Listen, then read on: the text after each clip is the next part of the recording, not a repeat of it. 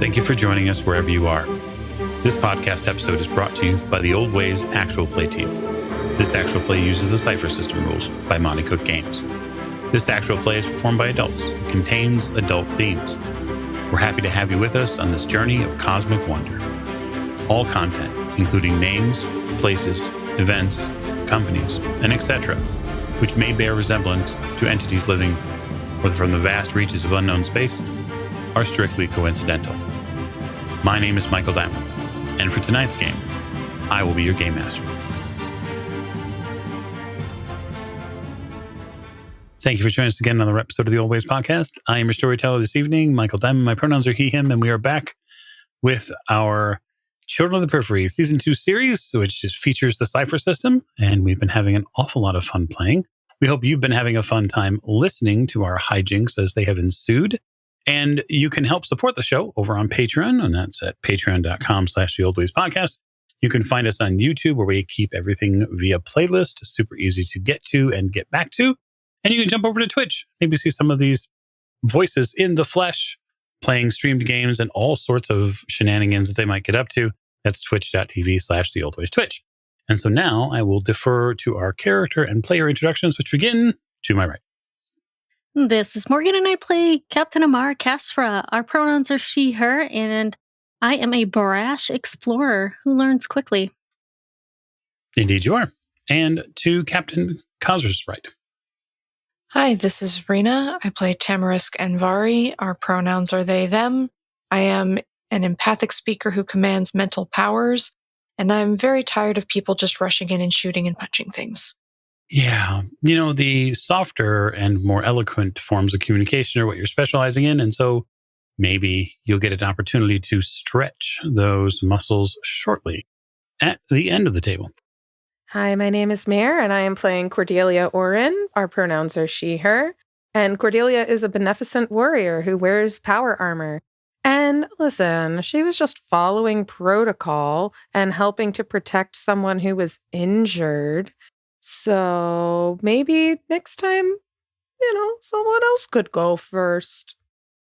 Certainly there won't be any disagreements about that in the future, I'm sure. And last, most certainly not least. Hi, this is John. I'll be playing Fida. We both use he, him pronouns. And Fida is a mechanical explorer who talks to machines. And currently he has a huge Bob Ross perm. Oh, yeah, absolutely. Try to get that thing to settle down. Oh, also, I've been horribly electrocuted. There is that, and we can talk about that. We can talk about how to make recovery rolls if that's something that you'd like to do. But more on that later. So we'll raise the curtain for this episode just a few minutes after the situation that happened in the consumable and storages area. The crew's got a couple of things that it can get to. It did talk about getting back to the periphery, the ship periphery, rather than the colony ship, and checking on Rakam and seeing if everything there down there was A-okay. So there's that avenue. And then if the players think that their characters would go do something else, we can have that. We're a little freewheeling at this moment, but that's okay. I definitely want to check on the ship and Rakam and everything. It's also a kind of a touchstone of familiarity with everything that's going on right now. And so I think I'm kind of eager to get back to the periphery, just even for a few minutes. Okay. So getting down into the cargo bay from where you're at is not difficult at all. It's another couple levels, really. It's more just getting on a lift and getting down deeper into the belly of the ship. It is a little strange to feel the exchange when you walk from where you're at to where the cargo bay is. You can tell that the cargo bay has a slightly lighter hold when it comes to gravity. It's not so much that where you're going to swim or you're going to, be completely kept off your feet, but it is definitely noticeable enough. Like your steps are a little bit lighter. And for you, Fida, if you're accompanying them down there, Sure am. It's a little bit of a concern. It means that that's not in proper alignment. It should encompass the entire ship. And so something is off about that too. And you don't really want to jump from one hold of gravity to another because it could lead to physical problems. Yeah, if somebody was carrying a box from the lower gravity to the higher gravity, man, that's just asking for trouble. It sure is. And speaking of asking for trouble, there is, for the first time, Cordelia, you see a vessel in the cargo bay. You're not familiar with this ship.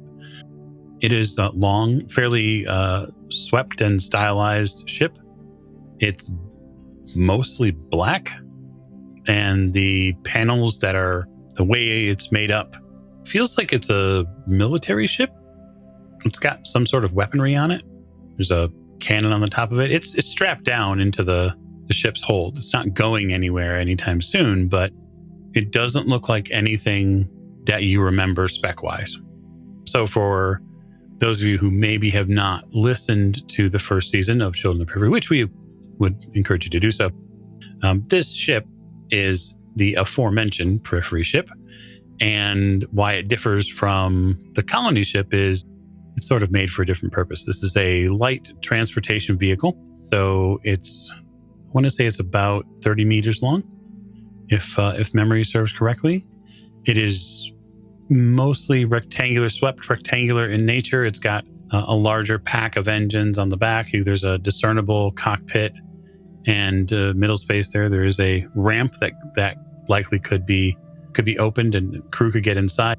It's probably made for about 6 to 10 people comfortably, and is currently powered down. Well, that's us then. Cordelia, meet the Periphery. Mm-hmm. How'd it get onto here? We flew it on board. Yeah. And I guess just because she's looking to see if there are any particular markings or numbers or anything that could be identifiable for her on the hull of this ship.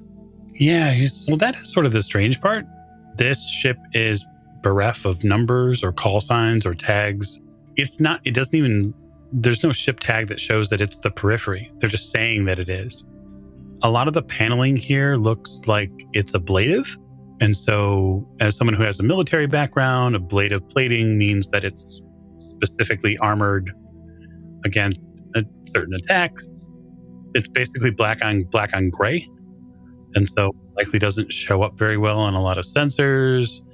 This ship has probably a couple of purposes you can imagine. Yeah, she's just nodding and going, yep, nice ship, very nice. Well, thank you. She's straight out of Shellow's. What? He says that like it's a totally normal thing to have said to you.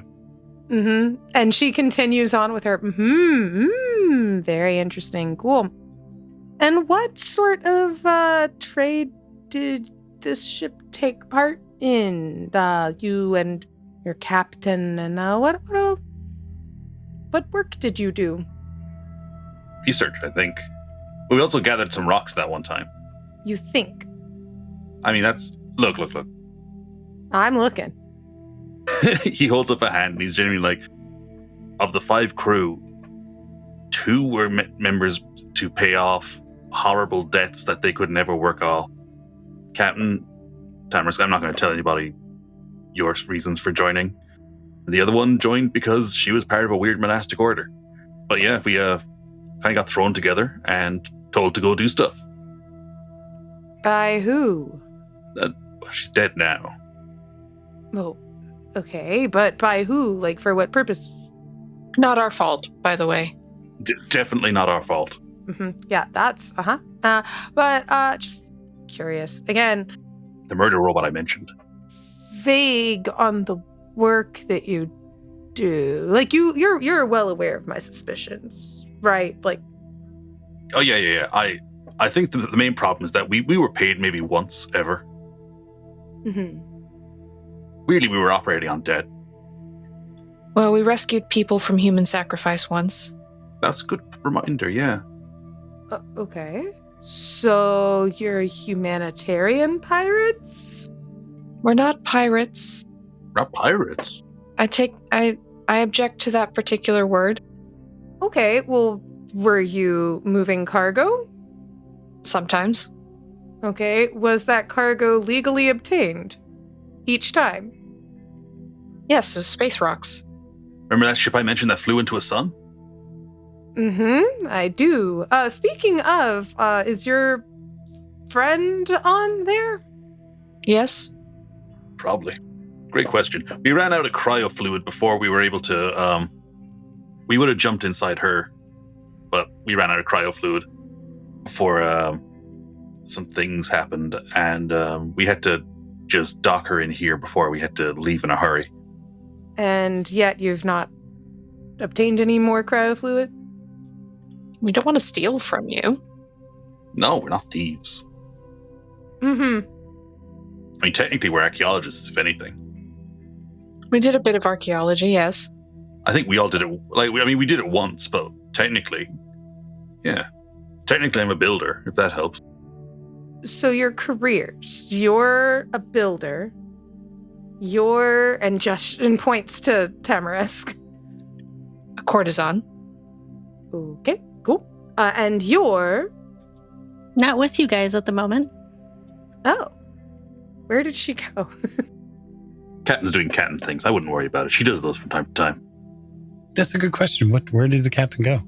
Well, since they were all going to be otherwise occupied, I thought I would do a survey of the larger Periphery colony ship in hopes of maybe finding a weapons cache, because having some random person that I don't know, the only one with a weapon on board. Well, I mean, you have a weapon. It's on the ship. But finding the larger weapon cache might be more beneficial. Okay. Yeah, I mean, searching the ship will take some time, but if you head back up to the bridge and try to go through the computer system, which is now fully online, it might be a little easier to locate. And so I'll say that, given that it's an unfamiliar system, I'll say that it's a difficulty 3, so a 9 or better on a roll to determine if you can locate this cache. I got a 12. Okay. So not too far down from where you're at on the levels anyway. In the personnel area where some of the crew, once they're de-thawed or come out of cryo, would live, there is what looks like a constabulary or some sort of place for there to keep weapons. Is there a brig in there as well? Mm-hmm. Okay.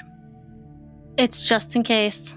And if I go into the constabulary, is there like pistols and stuff sitting in there? Oh, you can't really tell. It's behind a big blast door. Oh, can I, is there a button? Does it require a code? It does. But you found it. That's good. I'm so glad I found it. Can I close my eyes and sigh? Okay. All right, then I head back up to the bridge. And I'd like to see where we are, or if it's mapping the star system, or looking for breathable planets that can sustain human or otherwise type of life. Okay, very good. The difficulty roll is 6. So on a natural D20 roll, you would need an 18 or higher. If I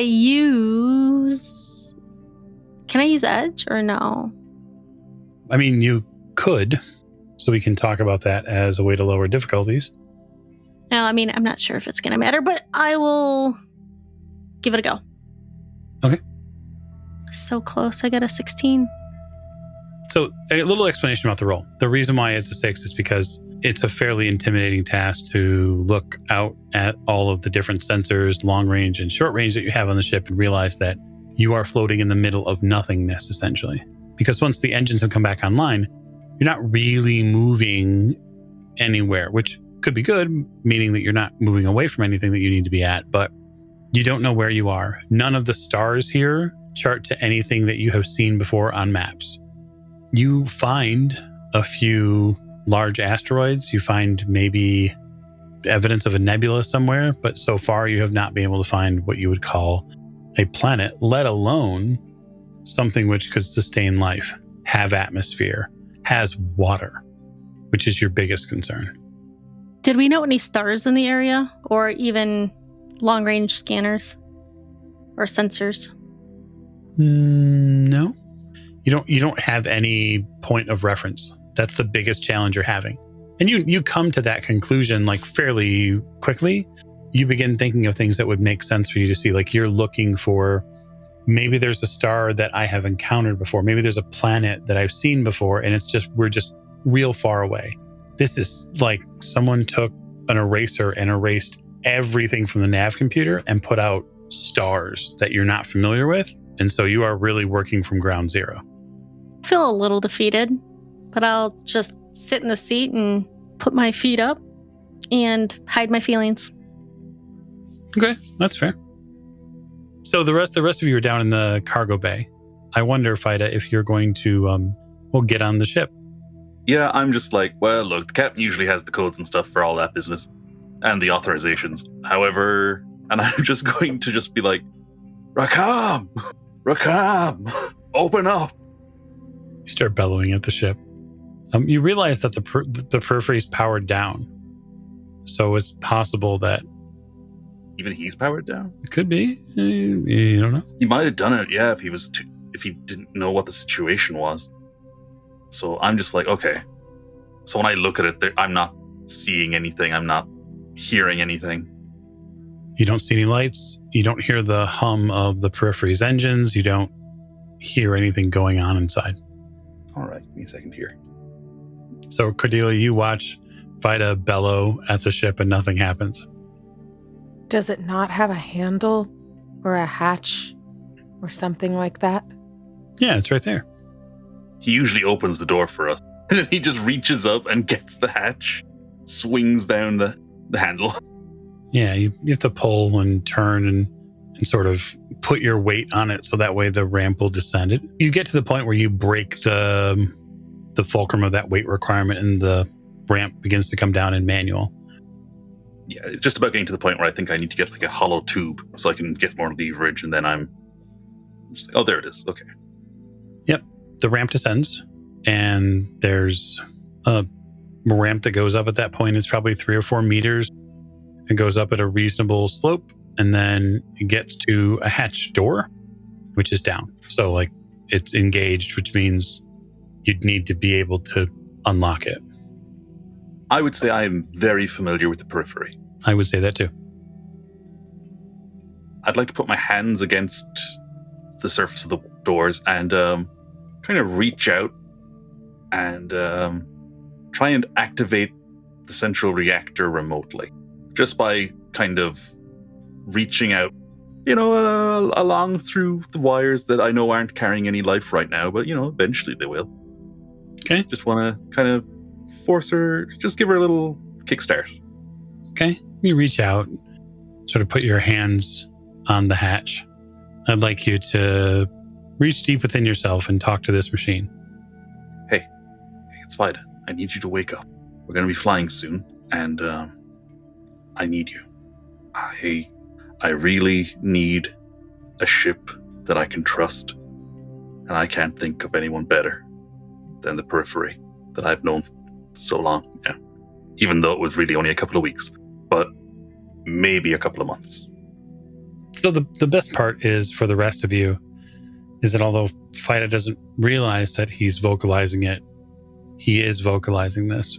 And even stranger is that the servos and LEDs like on the doors light up. And he's just like, thank you so much. Don't worry, this is completely normal, saying to Cordelia.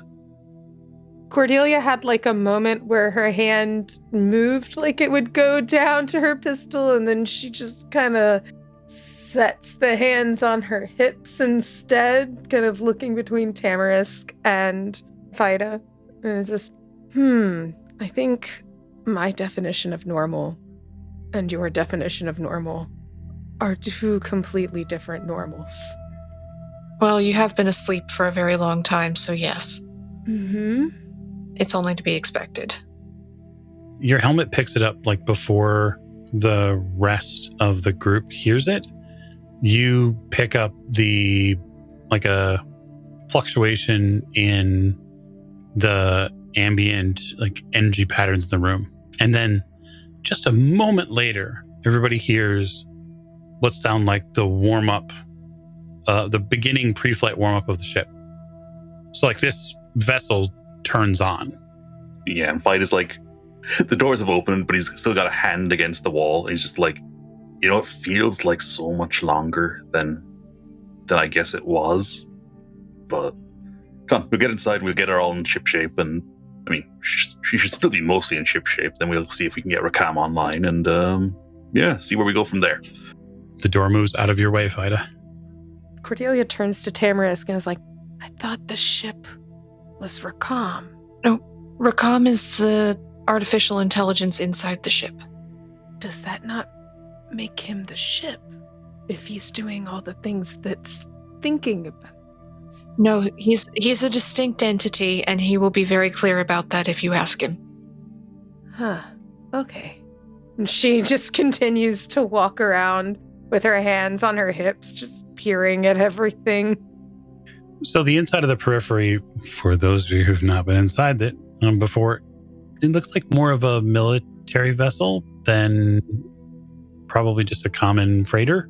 From the time frame you're from, Cordelia, there really aren't a lot of ships like these that are not issued to, the military.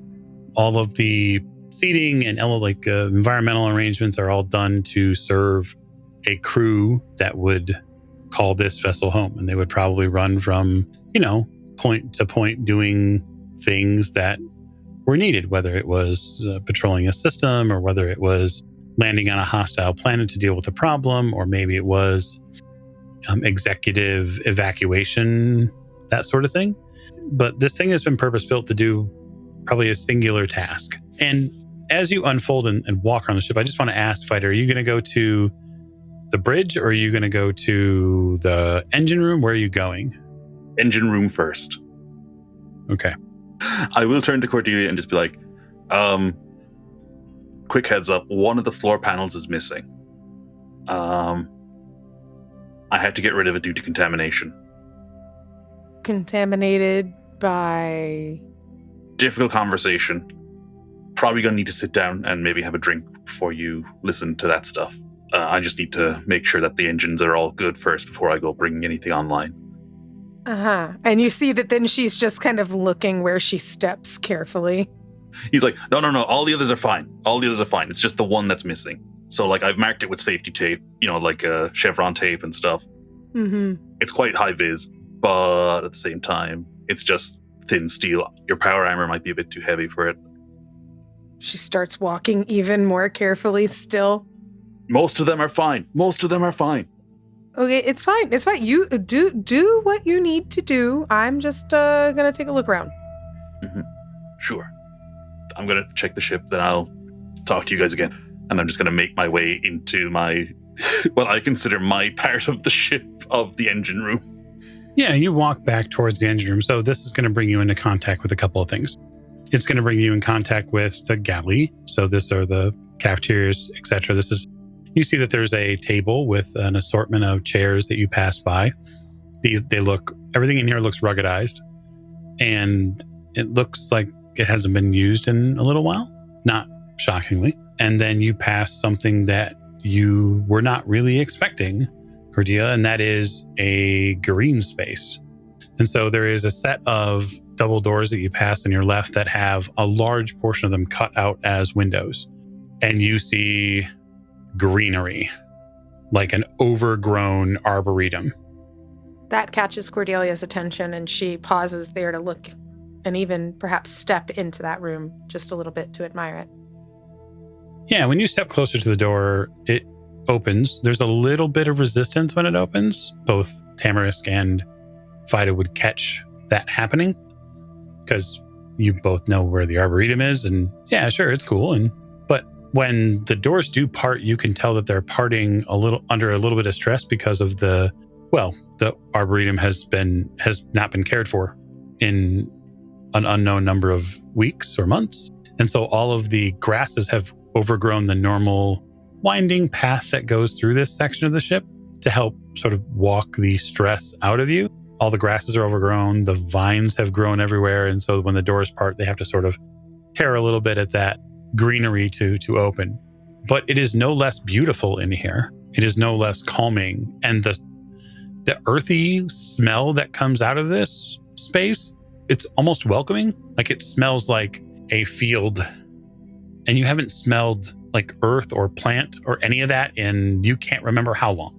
And you're like assaulted by the wonderfulness in this.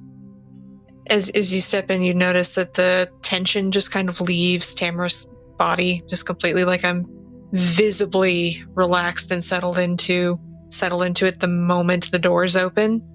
And you might hear me muttering about all the things that I need to do to clean up in here. Like, oh, that's going to have to be moved, and the grass needs cutting, and I'm going to have to do some cuttings on those leaves over there.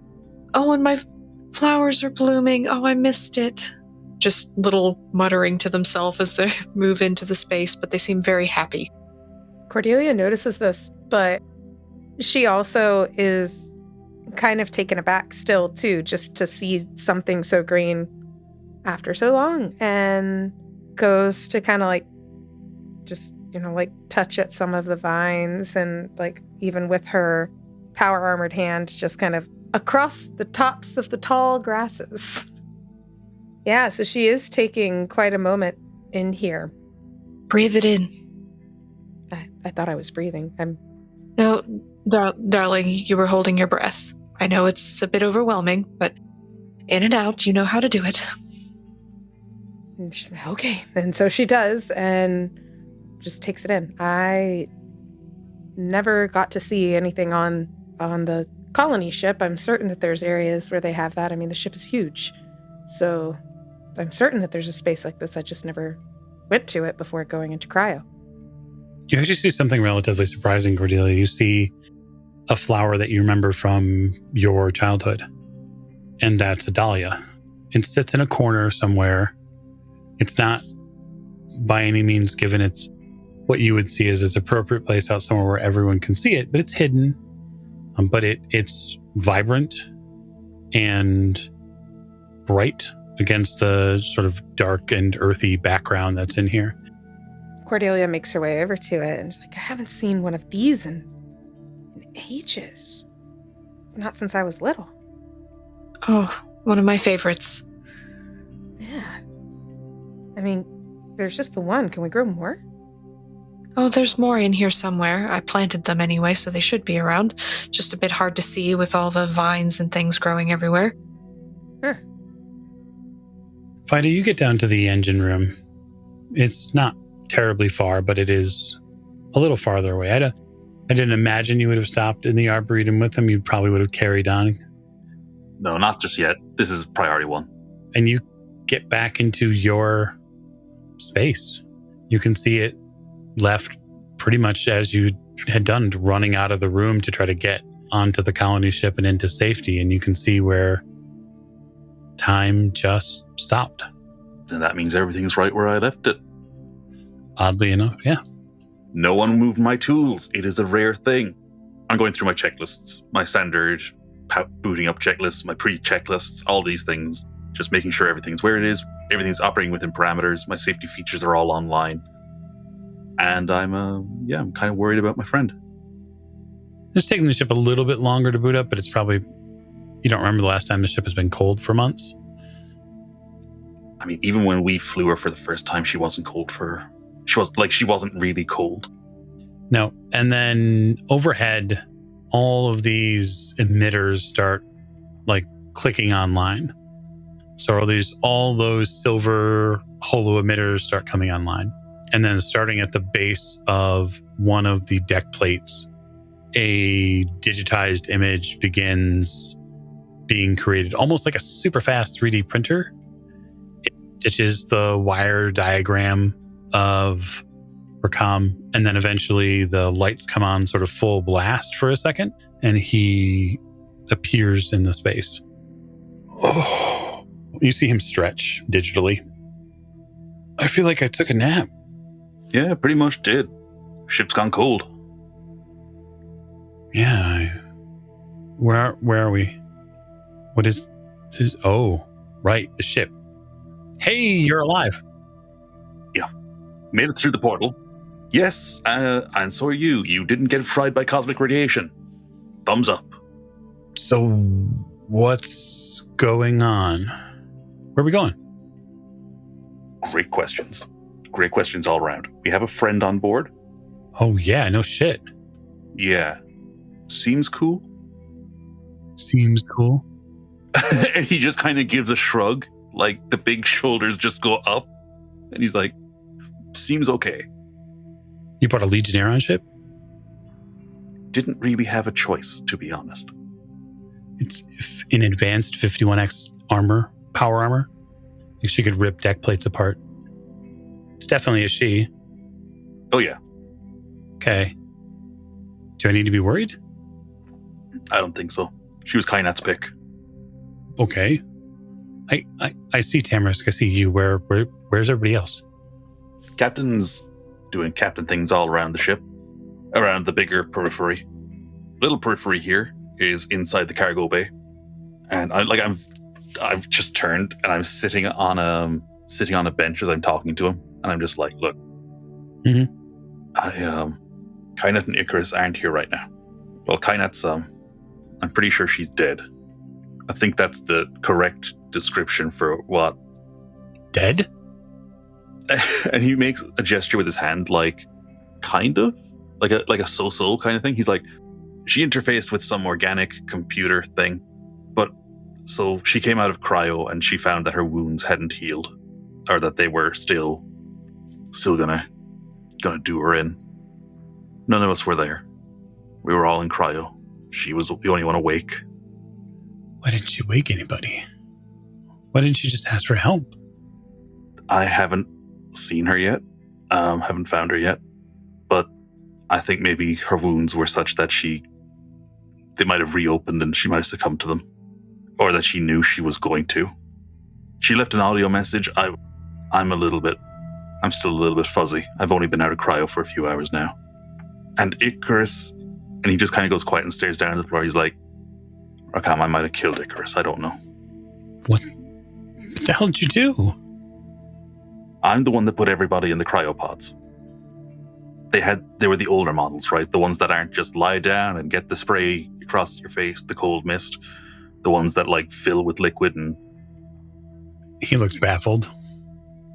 He's like, it's an old ship, Rakam. It's old. I got the mix wrong. I'm not going to be able to get her out.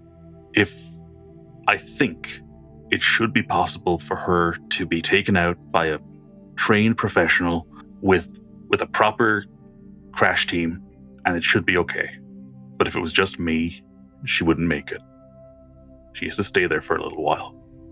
And that's where we're at. Had to bring the 6th member of the crew back online because you're the only one that I thought would be able to help out right now. Okay. So what do you need? Right now I need a friend. Secondly, need to figure out where we are. This ship has had more issues than I can calculate, and I don't really know where I'm starting. I'll need you as a consultant. I know you're not meshed with it. You don't know what's going on. Give you a quick rundown. Some of the electrical circuits are offline.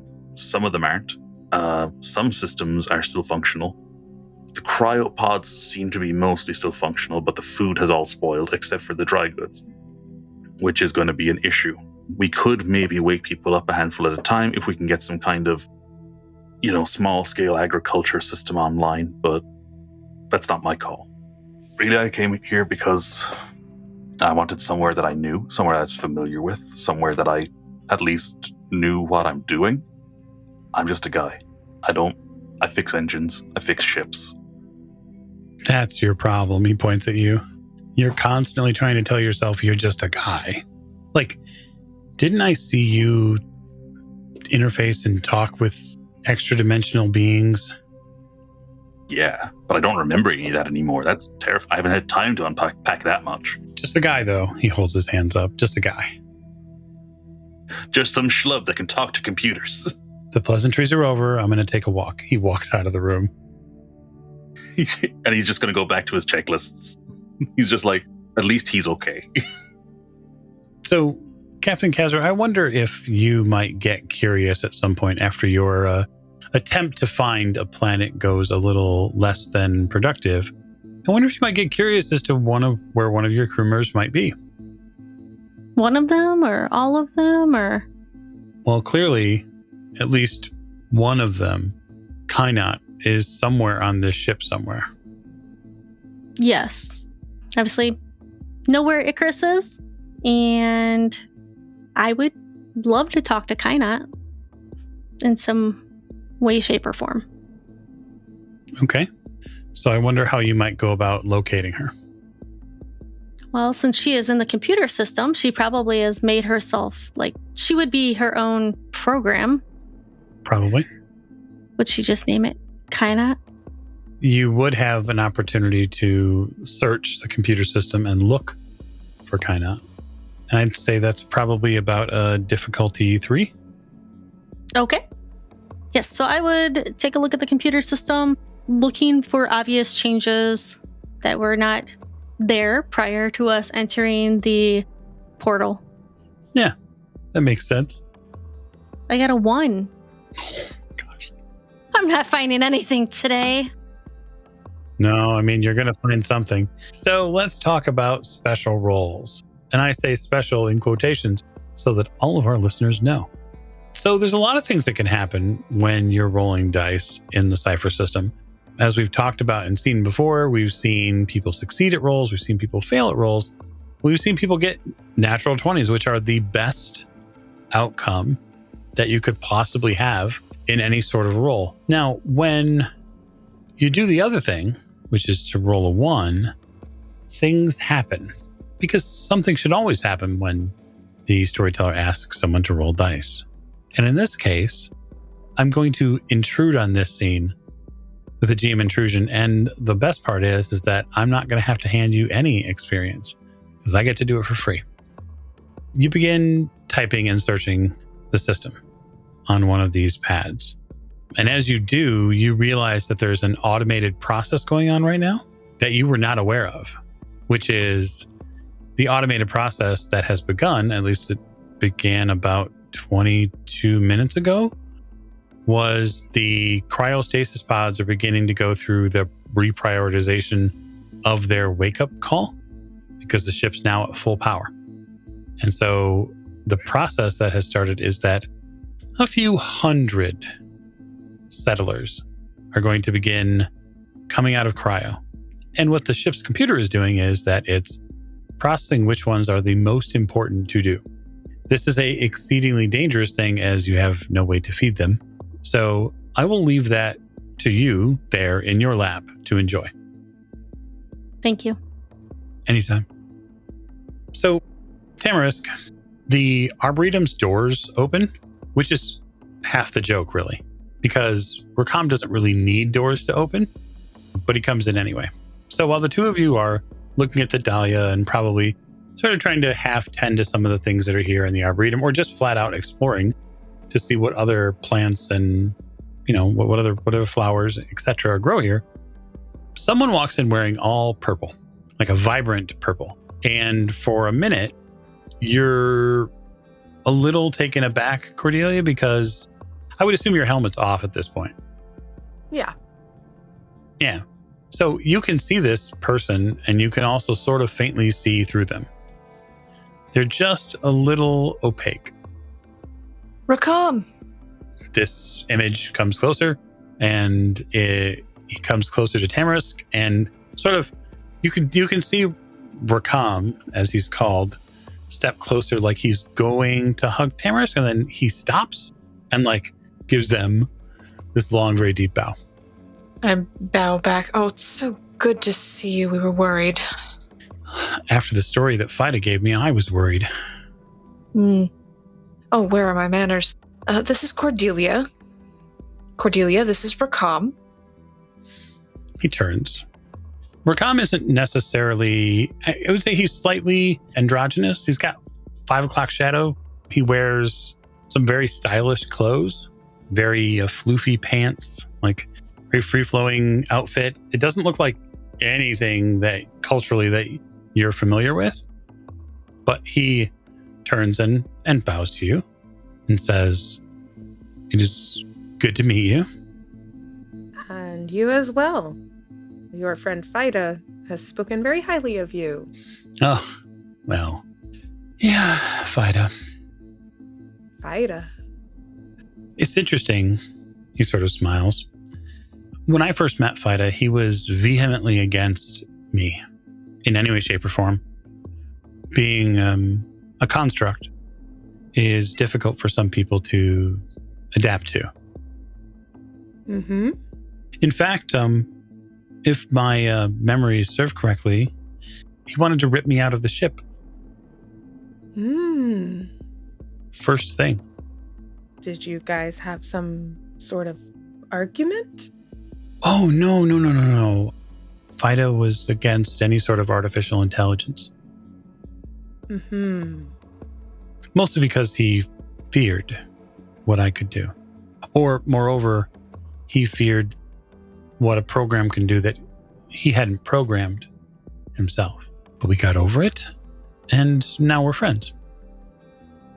That is good to know.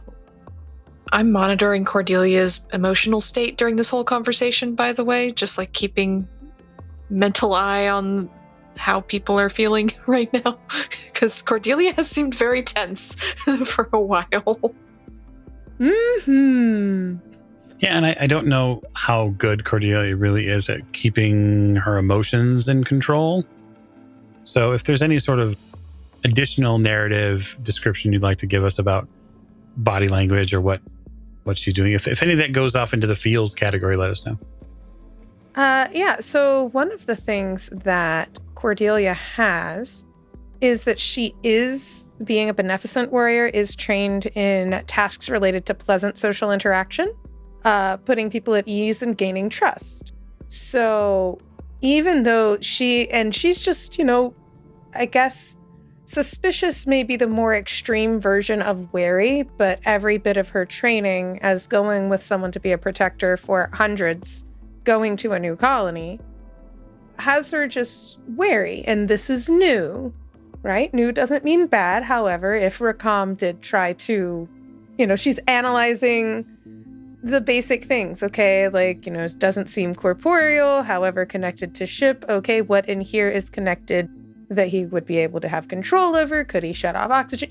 Those are just, it's the chain effect in her mind.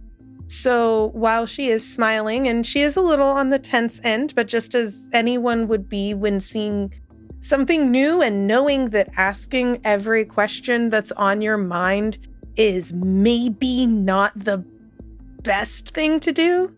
So every time you hear a those are just questions bouncing off the walls of the inside of her mind. But other than that, she is emotively calm, does not have her hand on her pistol because she has already figured out that shooting this non-corporeal thing would probably not work. But so you can see that she is, I guess, at the ready in general. Just at the ready, but not actively moving or doing anything other than speaking with Rakam. As you may know, I am not familiar with your general makeup.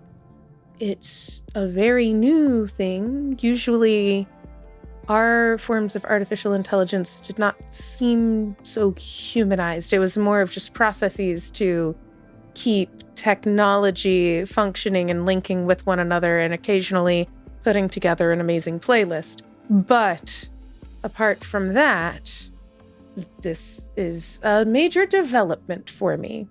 So. Well, we've come quite a ways. Light years, one might say, if we were looking to be, I don't know, humorous. Yeah. But rest assured, my programming tends to align with the best possible outcomes, with what the crew needs. That's what I've been programmed to do, and that's what I tend to work on. Well, in that we can both agree. I have the same sort of directives in my own way for the larger vessel that this vessel is docked upon. I have all sorts of questions. I do too. He looks up like into the air, and when he looks up into the air, you hear a tone go off. Tamarisk, you'd know that this is the in-ship intercom. Captain, your communicator goes off. Amara here. Captain, it's pleasant to hear your voice again. Rakam, right back at you. Where are we? Truly, I was just trying to figure that out, but not having any luck. Okay. Do you think it's possible you and perhaps Fida could prepare an uplink for me? I can't really see anything outside of the space that we're in because, well, it's like a docking bay and... I would love to help with that task, but currently I'm dealing with another emergent situation at this point that I'm going to need Fida for. Okay. What's going on? Well, somehow, some way, the system fully booted up. Well, which is good. We wanted that. But now we have a few hundred bodies that are in the process of waking up, and we have no food for them. And I really just want them to go back to sleep. That sounds like you need a computer that can manage all those processes in a very quick manner. I do have access to a data jack, if that would assist us in getting you linked in to help us handle that. Sure. Have you ever been a bridge? Have I ever been a bridge? Yeah. No, I'm going to say no. Okay. Because I believe that the answer is no. Let me call Fighter real quick. Okay. Rakam, where he's standing, he bifurcates.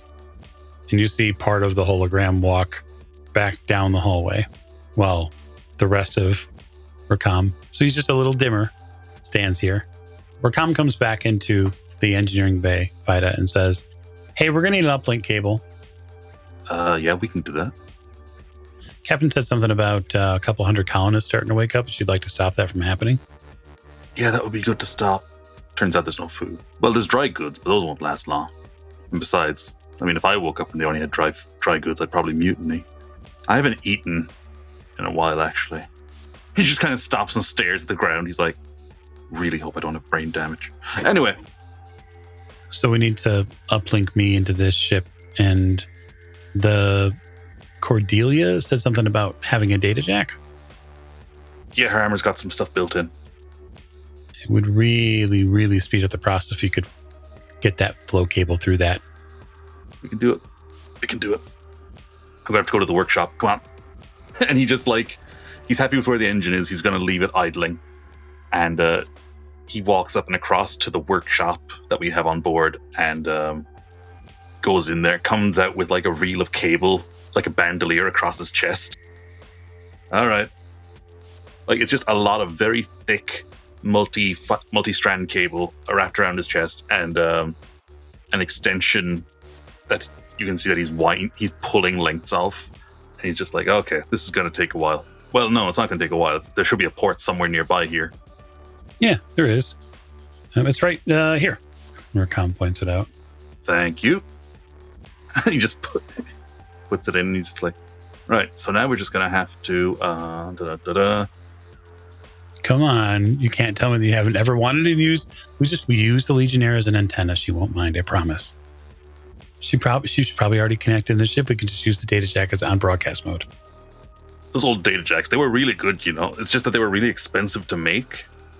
And that's why they moved over to the current system that we have. Her armor alone is probably worth 350 burr. If we have to pay off a debt, there are things that we could figure out. Good news, I don't think there's any burr in this galaxy. What? I think technically it is a different galaxy. That's my understanding. Are we off the hook? Debt-wise, sure. Nice. Downside, responsible for at least 1,000 lives. Ooh. He's just like, also, don't ask about what happened to my hair. You've been very polite about not doing it. I'll explain it to you later. It's just right now we have other things to worry about. I just figured that maybe Tamras was showing you a new hairstyle. You could brighten up the look, You don't always have to be the ogre in engineering. People call me an ogre? No. He looks really upset at the idea that someone would call him that. And he's just like, oh, well, look, for right now, he's pulled out a weird adapter and he's just wiring it up to that bundle, and he's just like, it's not a big deal, you know. I mean, my own man, it's just I like my look. Also, look, check it out. We got like outfits from the stores aboard ship. I saw that. I thought you joined some sort of athletic team. He's just like, yeah, isn't it neat? The top matches the bottoms. They're clearly made to go together. Yeah, you're like a regular crew now. I know, crazy, right? He walks back down towards the Arboretum. And Fida is along like moments later with a length of cable with a weird adapter on the end. And he's just like, I'm going to need you to jack into this. Cordelia looks at the weird adapter and is just like, this isn't going to short out my suit, right? Absolutely not. Your suit's absolutely hardened against this type of thing anyway, so even if I did fuck it up, you'll be fine. Your suit is hardened. It's like immune to electrical attacks. Because if one went off, you'd be just a crab. Yeah, it is set up for that. Just he's like, I did do a good job. I didn't cut corners, but in case I fucked up, you'll be okay. Your suit's insulated anyway. It's really cool. Cordelia looks between Rakam and Fida, and then looks back over to Tamarisk. It should be fine. A lot of shoulds happening around here. Well, nothing's ever 100% certain. I'm happy to get technical with you in your suit on another time if you want. It's a known model. Okay, don't poke around on anything. I like the settings how they are. Absolutely not. We just need you to give permission for us to do some data transfer. Sounds good. All right. Stick that thing where you need it to be stuck. You plug in. Yeah, you extend your data jack, and it's just like he basically just connects what you know as a person that maintains your armor. These are the points that are needed to interact with something. You see the Fida is just like, he's got little tiny clips that are just going onto them, and he's just like, right, that should do it. Okay. That should hold the wires in place, and don't jerk around or anything, but it should be fine. Heard. All right, you do what you need to do, bud. You feel a start of an electrical impulse. Like there's a little bit of a jump in the suit. All of the joints articulate for just a second, maybe like a half a degree or so. It's involuntary, which is why it sort of spooks you a little bit. You weren't expecting any of that. Because really the suit reacts to what you do rather than the opposite way. And now it goes the opposite way. And then you feel like your shoulders and your biceps and your knees and your thighs, like they compress just slightly, like the armor compresses just a little bit. And the overhead intercom, you hear Rakam's voice because he disappears from view. You hear the overhead intercom say, oh, wow. Okay, that's weird, but it's a first time for everything. What do you mean? Oh, I don't ride around in armor a whole lot. Right, yeah, and hey, don't squeeze like that, okay? That's loosen up. I'm trying. The data jack only has so much it can put through at one time. It's got a bandwidth limiter. Mm-hmm. It's a safety protocol. I am leaving in place so you don't get hurt. And then the sensation evaporates. Okay. Captain Kazra, when you're on the bridge, you see the main view screen light up and you see Rakam's face on it. This place is huge. I see you found a way into the main computer system. Yep. Your Legionnaire set me right. I'm here now. At least some of me. I can work on this problem that you have. Okay, so because I'm not going to make a roll for this and you are, Captain Kazra, I'm going to let you attempt anyway to get beyond this challenge. It is a challenge rating 5. But you are going to now have the assist of Rakam available to you. So you have essentially an equipment bonus now. And that'll ease the roll by 1. Okay, so it'll be a difficulty of 4? Oh, yeah. And that's before you want to apply anything to it. Like you could apply an ability, or you could spend pool points to try to spend for a point of effort. Yeah, I'm going to let it ride. So it'll be 12. Yep, 12 or higher. Everybody's waking up. Now I get an 8. Okay. So you and Rakam work diligently to try to get this thing to shut down, and Rakam is having a problem dealing with not so much the complexity of the system, but the way the system gets commands issued to it. It's not in a language that he's used to. The feedback that you're getting, the rest of the crew's getting via comlink, which is, this is really a just totally alien way of talking. Who would talk like this? We would never program like this, because none of this makes sense. And like, you hear him sort of like give commentary about like, the computer keys look all weird. There's no touch screens here. There's no, like he complains basically. Who built this place? Why would you do that? This power isn't right. And then like eventually it progresses to, okay, I'm not having any other luck at this. Maybe we can give it another try. Sure. That sounds great. Maybe a little more elbow grease, Captain. Yep. Can I spend a point of intellect to ease? You can spend, what's your edge pool in? My edge is in might. Okay, so this would definitely be something that would require more of an intellect pool. So if you're going to spend pool points to lower the difficulty, you need to spend 3 of them. Ooh, I have a question. Would this count as me helping in this situation by being a conduit for these? It is your suit. Yeah, sure. Great, because I have the special ability of helpful. Whenever you help another character, that character gains the benefit as if you were trained, even if you are not trained or specialized in the attempted task. So if this is some sort of technical or intellect ability, wouldn't this be assisting Rakam by being like, oh, hey, here's the help folder. It's in the suit. The commands folder that's in the .txt. Right. Oh, a text file. Yeah. Hey, if it's not broke, don't fix it. Yeah, and no disrespect, but this stuff was broke like 200 years ago. Hey, this is before you. That's how you got here, I'm guessing. Okay, so that'll ease this another difficulty level. So it started at 5.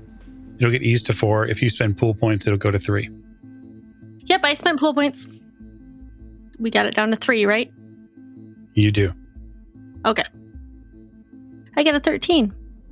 Fabulous. So you do 2 very important things. One, you allow the system to begin the prioritization, and then as soon as it is properly prioritized, you tell it to put everyone back to sleep.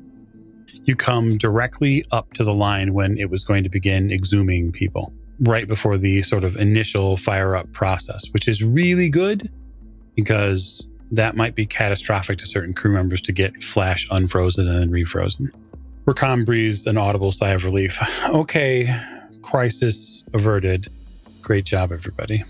You can disconnect the jack now. Hits the eject button on her pad. Very tactile eject button. Very tactile, just the eject button so that it doesn't damage any of the programming. And removes it. Fight is just there, like uncoupling wires. We got to find a place to orbit soon. Do we have any idea where we are?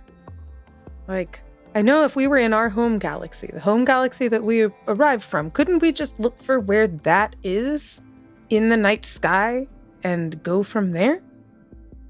Yeah, I think it's a little bit more complex than that now. This isn't the third horizon, that's for sure. I don't see anything here that even looks close to it.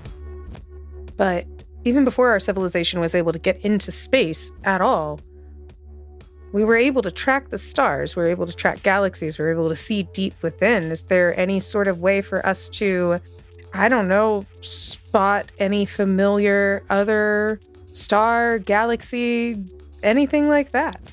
Even if it's off at a distance, light years away. I just uploaded and analyzed all the navigational data that this ship has from before it took off. I don't see anything here that looks like the horizon realm you were from. Your home. I think home is real relative at this point. In my opinion, the first order of business is to find the nearest planet. Fair enough.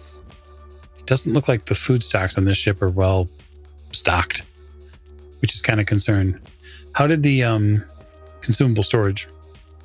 Also, Rakam, while you were there, just curious, do you happen to have a schematic of the ship?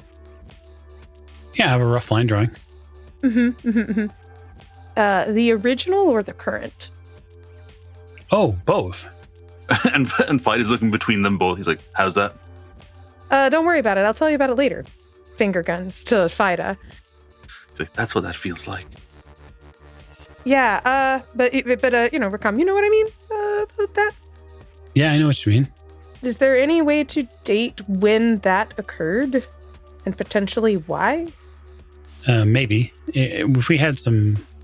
Where's Kainat? She could analyze the scientific remains of what's left over by this plate here, and she could tell us how old the weld is.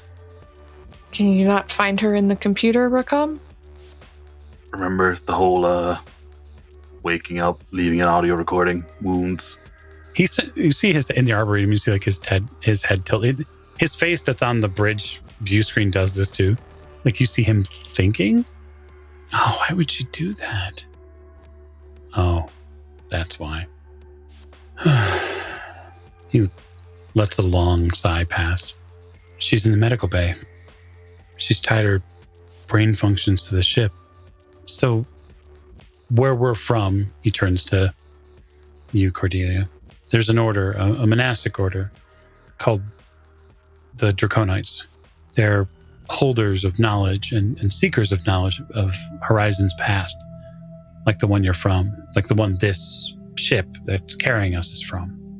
Their order, from what I understand, was part of the group of people that would protect, well, the high officers and commanders of the vessel. And when the ship broke up, when it got to the third horizon, there were people, colonists, who wanted to wake up and leave, and others that didn't. There was a mutiny, and the order stepped in to stop the fighting. The ships were separated. The crews were separated. The order went out to inspect the galaxy, the third horizon. They plotted many of the first jump gates. This ship that we're in has got to be like a treasure trove of memories and information for Kainat. So she decided to put herself into stasis to examine it without having to worry about what happened to her body. It's a pretty bold move, but she's hoping that she can have some sort of answer, I guess. We'd have to do some analysis to find out how long, but from what we collectively chart as cycles, I mean, the Nadir's been lost for 200 years. Zenith and Nadir went into the gate together, and only Zenith arrived. Nobody knows where Nadir went. You're the only one left, minus the crew that's in stasis. That certainly seems to be the case. You know, that's one of those I'm trying not to think too hard about right now. That being said, until we get to a place where the remaining crew and civilians of the Nadir can be awakened, then I feel responsible to ensure that wherever we find a place, that we have everything ready for them. But as far as the ship itself and the status of it, there are parts missing. Yeah, from the wireframe diagrams, it sure looks like that. It looks like 90% of the ship is missing. Yeah. That 90%. Oh, Rakam turns. You see him flicker a little bit. It's something that most people would not pick up on, but you would. Fida, it likely means that Rakam is doing something else. Dedicating himself to something else right now. So the parts that are missing are what look like he expands his hands like an accordion. You see a wireframe arrive like in his hands. And this is sort of, well, depressing a little bit. There's a wireframe of a very, very long ship, hundreds and hundreds of meters long, probably 1,700 meters long. And there are bulbs, right, which look very much like that acorn-style seed ship that you got into months ago, there are 4 of them. And then there's this vast swath of ship that probably has all sorts of particulars and portions, And he says, I don't know what the rest of the ship was for. I can only assume it was for establishing a colony somewhere else, all of the building materials, all of the machines. And he shrinks his hands all the way down, and you see just the single bulb. This is what we're left with. This is what we have to build from. Fight is looking at you. You can see he's running numbers and stuff in his head. And but he just stops. He just looks at Cordelia and he's like, I am so sorry. I thought we got the whole thing. I didn't realize it was only... There was more when you saw it? No. I thought we'd saved the nadir. Or the nadir. I thought we did it. Well, I mean, we're not the ones that found you first. Oh. There was a guy by the name of Altain. He found it. And he's the one who did all the work on the shoddy wiring. Well, not shoddy. He did good. It's just not tidy. Altain's plan was to, as far as I can tell, we didn't get to talk much. We only got to talk to him for maybe, an hour tops. Altain's plan was to save you all from the darkness on the third horizon. And he kind of pauses a beat, and then he's like, I mean that literally. The third horizon is different to other places. It has a sentient force throughout called the darkness, and it is inimical to life, is, I guess, the best way to put it. I tell you, I'll explain this to you later. It's because it's stuff like there's a sentient darkness that wants to destroy all life, we think, and when we went through that portal, there was a big wall of it as it had just eaten a sun and was destroying the planet that this portion of the nadir was on. So when I program... So there's aliens, by the way. Aliens exist. Yeah. Okay. All right. Mm-hmm. Sentient darkness. They're the ones that built the portals that we jump through. Mm-hmm. So who's giving these things sentience? I'm just curious. Did we, as in gesturing to the humans in the room, did we think this was a good idea? Or it was... Well, in the third horizon, the lightning, there wasn't balls of lightning coming out of cabling. And he turns to Rakam and he's like, oh, also, my communicator contains what might be a sentient ball of lightning. Excuse me? Yeah, think about that next time you're feeling a power surge. Also, that's why the food stores failed, because there was a sentient ball of lightning in the cabling, and it did this. Points to his hair. But yes, we thought it was, the darkness was a metaphor. No, it was literal. The darkness was, it could reach out and touch things if it wanted. I mean, it wasn't often, but it could. Basically, it was so inimical to life, the portal builders fled, and they came here. And the portal we came through, with all of you folks on board, was built within a planet, and somehow Altain got this ship, this what was left of the nadir, under the crust so that he could bring it through. He's the one that made all the work and did all the changes, but this is better than what we left behind, but also we didn't get to do any pre-flight checks. We didn't get to do... I'm sorry. I'm really, really sorry. Third Horizon, though, you weren't missing much. Cordelia is just kind of sitting there processing it, because a part of her wants to be like, it's okay, but it's also not okay. And it's very much...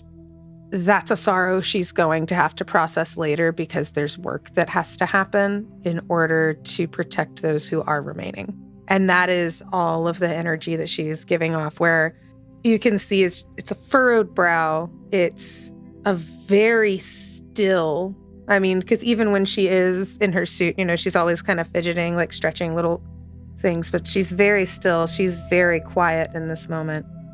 And she's like, it seems that there was nothing that could have been done against such a force. I can't conceptualize it. And I don't think I'm going to right now. It was a lot. For right now, priority 1. And he looks to Tamarisk as well. He's like, Rakam, and he's just like, priority 1. Figure out something about the food so we can help these colonists. The third horizon didn't work out, but that doesn't mean the fourth one has to be with a tragedy. We can do it right. Just gonna take some graft and hard work.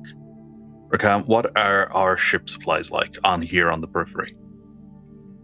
Meager, really, at best. We hadn't had time to resupply. Yeah, we haven't had time to restock at all. Which is why we're kind of out of luck with the cryofluid thing. And not to burst your bubble, but the stuff that's here on the Nadir won't work with our system. It's a totally different mixed solution. We'd have to come up with something as a potential bridge product. So if you're thinking about portal jumping anytime soon, I'm going to suggest against it. I was really hoping that it would be compatible. Not in the slightest. All right. He like turns to Rakam. He's like, "Can I build you?" No, give me a second. And he walks off. He just walks out of the arboretum, and he just comes back like 10 minutes later. He's got like a little pad. Like, I'd like to spend another 2 intellect and make a kind of basically a relay so that Rakam can talk to us almost anywhere on the ship. I'm like, you have discretion as to like when it's plot convenient for it not to work. I like the idea of just being like, look, we can at least have him in the conversation. He's part of the crew. Sure. Spend your points. Yeah. Oh boy, spending them like there's no tomorrow. Gonna have to do some refreshing. Yeah, recovery is fun. We should cover that before we hop on it, because I think some other people have spent pool points too, and so it would be a good thing to cover. So you'll get collected together and are going to head back to the bridge? I'm going to put a hand on Cordelia's armored arm just for a moment, like very gently just sort of say, it's okay to hold things back for now. I know you need to. We have things to attend to, but you'll need to process at some point. And if you need someone just to be there or someone to process with, you can always talk to me. Just this sort of gentle, soothing, kind of compassionate voice. Everything I've got into it. You don't have to do this alone. Thank you. And even though there's not in that moment a visual or like physical kind of confirmation, the words themselves are genuine in looking at that. But right now she's keeping the shell up to keep herself on duty. You head to the bridge. You rejoin Captain Kazra. And while we do that, what I'd like to do is sort of cover how pool recovery works, so that way folks understand. So every character is built out of a might, a speed, and an intellect pool. So after losing or spending points in a pool, you can recover those points by resting. You can't increase any pool past its maximum, just back to its normal level. Any extra points gained go away with no effect. The amount of points you recover from a rest and how long each rest takes depends on how many times you have rested so far that day. So since this is our first one, you'll make a recovery roll. To do that, you're going to roll a d6 and add your tier. All of you are tier 1 characters. So go ahead and roll a d6 and add that. As a part of Cordelia's special abilities, as generous, allies who have spent the last day with you add +1 to their recovery rolls. Oh, that's very nice. I got a 1 on the dice, but with the +2, I recover a 3. So I'm back to maximum. Fabulous. Thanks, Cordelia. I hadn't spent anything because my talents haven't come up yet, so... But that just means that they're going too soon. Oh, yes. I rolled a 6, so that would be a 6 + 1. I spent 2 out of my intellect pool, which brings me back up to 10 there. Fabulous. And Fida. I'm a little tired and a little rough. I rolled a 4 + 2 is 6, and I'm going to put those into my intellect pool to try and recover what I've been spending on lowering some of these challenge rolls. So from 3 back up to 9. The great part is that the first recovery roll of any day takes just one action to do. So it is something you can do in combat. The second is 10 minutes, the third is 1 hour, and then the fourth is 10 hours. That is all I have for our crew this evening. I wish them the best in plotting their next course, which is what will probably kick off the next game, which is where do we go from here? So thank you for joining us for this episode of Chill in the Periphery. We will talk to you next time.